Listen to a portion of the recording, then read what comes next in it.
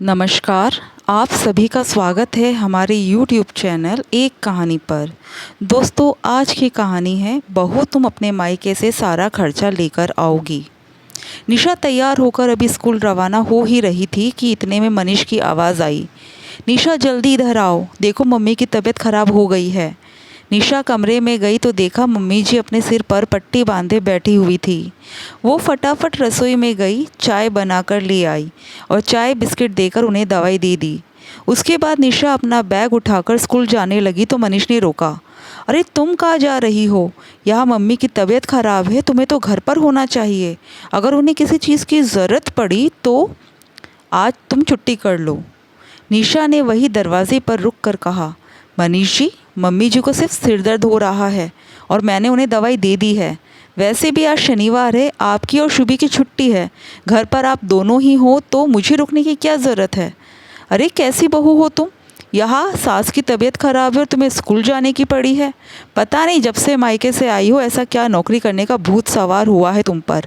मनीष ने थोड़ा नाराज़ होते हुए कहा।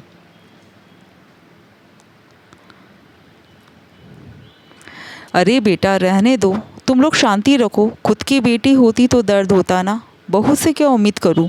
विद्या जी ने अपनी तरफ से दो बात बोल दी। इतने में शुभी ने भी कहा, भाभी छुट्टी कर लोगी तो ऐसा कौन सा नुकसान हो जाएगा आपका? अच्छा खासा घर संभाल रही थी, पता नहीं क्या नौकरी करने का शौक़ चढ़ा है आपको। मेरी मम्मी की जगह अगर आपकी मम्मी होती तब भी क्या आप छुट्टी नहीं लेती? शुभी की इस बात ने निशा को झकझोर कर रख दिया। एक पल के लिए उसकी आंखों में से आंसू आ गए। ऐसा लगा जैसे उसे कुछ याद हो आया हो। वो पलटकर अंदर आई और अपना बैग सोफे पर रख दिया। उसे बैग रखते देखकर सबको तसल्ली मिली कि चलो निशा छुट्टी करने को तैयार हो गई। पर निशा मनीष के पास जाकर खड़ी हो गई और उससे बोली, ठीक है मनीष जी, मैं छुट्टी कर लेती हूँ, पर आज की जो मेरी तनख्वाह कटेगी उसके पैसे आपको देने पड़ेंगे। तुम्हारा दिमाग तो ठीक है, क्या बकवास किए जा रही हो तुम? मनीष ने थोड़ा बिगड़ते हुए कहा। हाय राम बहू, तुम्हारी कितनी ऊंची सोच है। भला सास की सेवा के लिए छुट्टी लोगी तो तुम उसके पैसे हम लोगों से लोगी? यही संस्कार सिखाए हैं तुम्हारे माता पिता ने तुम्हें? विद्या जी ने हैरानी से मुंह पर हाथ रखते हुए कहा तो निशा ने पलटकर कहा, नहीं मम्मी जी, ये संस्कार मेरे माता पिता ने तो नहीं दिए हैं। ये तो कुछ दिन पहले आप लोगों ने मुझे दिए थे। याद है आपको या याद दिलाऊं? उसकी बात सुनकर वहाँ मौन पसर गया। किसी ने कुछ नहीं कहा और निशा ने अपना बैग उठाया और वहाँ से स्कूल के लिए रवाना हो गई। निशा जब ऑटो में बैठकर स्कूल के लिए रवाना हुई तो उसे वो दिन याद हो आया जब उसके मम्मी पापा पापा के इलाज के बाद अपने घर के लिए रवाना हुए थे।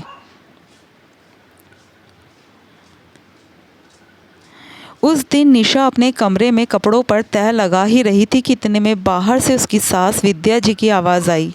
निशा कमरे से निकलकर बाहर आई तो देखा कि हॉल में विद्या जी, ननद शुभी और पति मनीष साथ ही बैठकर कुछ हिसाब किताब लगा रहे थे। निशा ने बाहर आते ही पूछा, जी मम्मी जी, आपने बुलाया? हाँ बहू, मुझे कुछ काम है, मेरा बहुत सिर दर्द हो रहा है।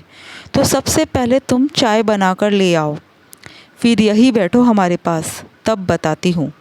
निशा फटाफट रसोई में चली गई और चारों के लिए चाय बनाकर ले आई। ट्रे वही सेंटर टेबल पर रख कर अपनी चाय लेकर वो वही बैठ गई। इतने में मनीष ने विद्या जी को इशारा किया, जिसे निशा ने देख लिया। उसे बड़ा अटपटा लगा कि मनीष उससे कुछ बात करने के लिए भी अपनी माँ का सहारा ले रहा है, पर वह फिर भी चुप रही। विद्या जी ने अपनी चाय ख़त्म की और बोलना शुरू किया, निशा तुम्हारे मम्मी पापा का फ़ोन आ गया क्या? वो लोग घर पहुंच गए? और तुम्हारे भैया भाभी आए या नहीं? जी मम्मी जी, अभी अभी मम्मी से फ़ोन पर बात हुई थी। वो लोग घर पहुंच गए हैं और भैया भाभी भी घर आ गए हैं। इस बार भाभी यही मम्मी पापा के पास रुकेगी। चलो ये बढ़िया है, आखिर इतने दिनों की परेशानी के बाद वो लोग घर सही सलामत पहुंच गए। विद्या जी ने अपने दोनों हाथ जोड़ते हुए कहा।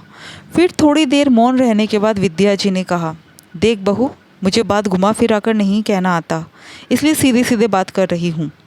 इस बार तेरे पिता की तबीयत खराब होने के चक्कर में तेरे माता पिता पूरे 10 दिन यहाँ रुके।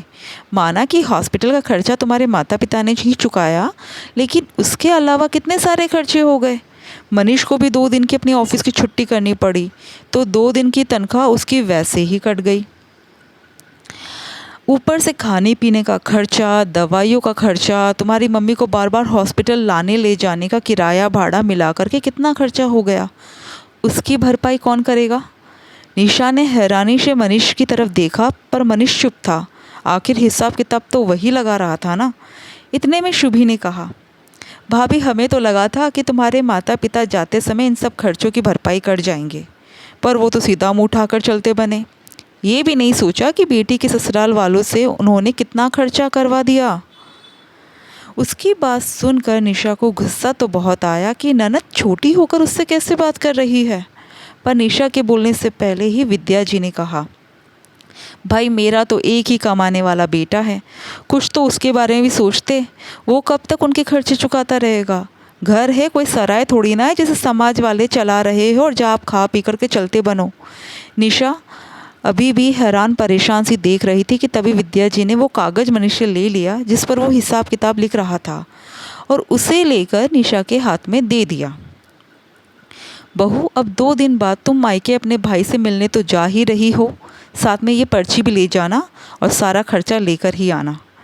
कागज़ निशा के हाथ में थमा कर सासू माँ अपने कमरे में चली गई। शुभी अपने कमरे में और मनीष घर के बाहर। निशा हैरान परेशान से उस कागज़ को देख रही थी। निशा ने कागज़ खोलकर बड़े गौर से देखा। उसमें एक एक चीज़ का हिसाब लिखा हुआ था। मनीष की 2 दिन की छुट्टी की थी तो उसकी तनख्वाह, आने जाने का खर्च हुए पेट्रोल का हिसाब, मम्मी के हॉस्पिटल आने जाने का किराया, 2 बार मनीष फल लेकर गया उसका हिसाब, निशा अपने पापा से मिलने गई उसका हिसाब, मम्मी ने यहाँ क्या खाया, यहाँ तक कि हॉस्पिटल की कैंटीन से मनीष मम्मी के लिए जो चाय दूध लेकर गया था उस तक का हिसाब इसमें लिखा हुआ था। कुल मिलाकर के 6,270 रुपये का हिसाब था। इस बारे में निशा ने मनीष से बात करने की कोशिश की तो उसने भी विद्या जी की बात को सही ठहराया। अरे बहन बेटी के घर का लेते नहीं हैं बल्कि उन्हें देते हैं। क्यों अपने माता पिता को कर्जे में डुबो रही हो तुम? खैर 2 दिन बाद निशा अपने मायके गई। मायके पहुंचते ही सासू माँ का फ़ोन आ गया, ये याद दिलाने के लिए कि आते समय पैसे लेकर आना। आखिर कैसे वो अपने माता पिता से ये पैसे मांगती, इसलिए आते समय अपने कानों के सोने के टॉप्स को बेचकर वो पैसे लेकर के घर आई और उन लोगों को दे दिए, और उन लोगों ने भी वो पैसे रख लिए। ये एक हादसा ही काफ़ी था उसे नींद से जगाने के लिए। कम से कम इतना तो उसे समझ आ ही गया था कि खुद के पैरों पे खड़ा होना कितना ज़रूरी है। अगर आज वो अपने पैरों पे खड़ी होती तो उसे इतना कुछ सुनना भी नहीं पड़ता और ना ही अपने काने के टॉप्स को बेचना पड़ता। बस दूसरे दिन ही उसने अपनी सारी डिग्रियां निकाली और आसपास के स्कूल में अप्लाई कर दिया, और किस्मत से एक स्कूल में उसे जॉब मिल भी गई।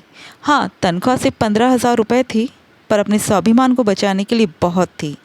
दोस्तों, आपको कहानी कैसी लगी कमेंट करके ज़रूर बताइएगा, और प्लीज़ प्लीज़ प्लीज़ हमारे चैनल को सब्सक्राइब ज़रूर कीजिएगा। Thank you.